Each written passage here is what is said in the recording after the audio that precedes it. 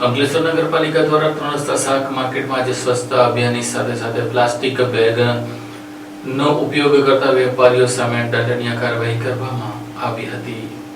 અંકલેશ્વર નગરપાલિકા દ્વારા સ્વચ્છતા અભિયાન અંતર્ગત સિંગલ યુઝ પ્લાસ્ટિકના ઉપયોગ પર પ્રતિબંધ અંગે જનજાગૃતિ ફેલાવવા વિશેષ અભિયાન હાથ ધરાયું। આ દરમિયાન શહેરના 3 રસ્તા શાક માર્કેટ વિસ્તારમાં સફાઈ કામગીરી કરવામાં આવી।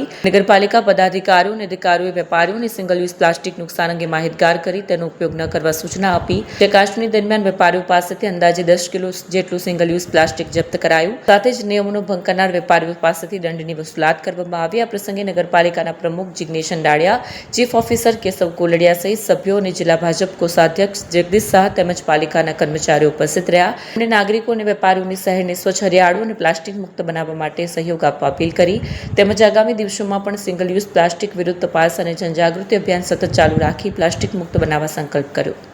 આજ રોજ અંકલેશ્વર નગરપાલિકા દ્વારા સ્વચ્છતા અભિયાન દરમિયાન 3 રસ્તા માર્કેટ પાસે આજ રોજ નગરપાલિકાના સભ્યો તથા સંગઠનના સભ્યો દ્વારા સાફ સફાઈ અભિયાન કરવામાં આવ્યું અને એ સાથે જ આજ રોજ માર્કેટમાં સિંગલ યુઝ પ્લાસ્ટિક જે કરતા હતા તે વેપારીઓને અંકલેશ્વર નગરપાલિકાના કર્મચારીઓ દ્વારા દંડ ફટકારવામાં આવ્યો।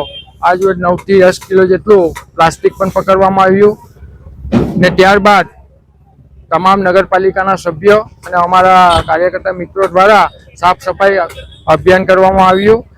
આ જ પ્રસંગે હું અંકલેશ્વરની જનતાને એક નમ્ર અપીલ કરવા અપીલ કરું છું કે ઘરેથી જ્યારે શાકભાજી લેવા નીકળે તો પોતાની બેગ લઈને નીકળે, જેથી કરીને આપણે આ સિંગલ યુઝ પ્લાસ્ટિકનો ઉપયોગ તદ્દન નાબૂદ કરીએ અને સ્વચ્છતામાં સહભાગી બનીએ। અસ્તુ, વંદે માતરમ, ભારત માતા કી જય।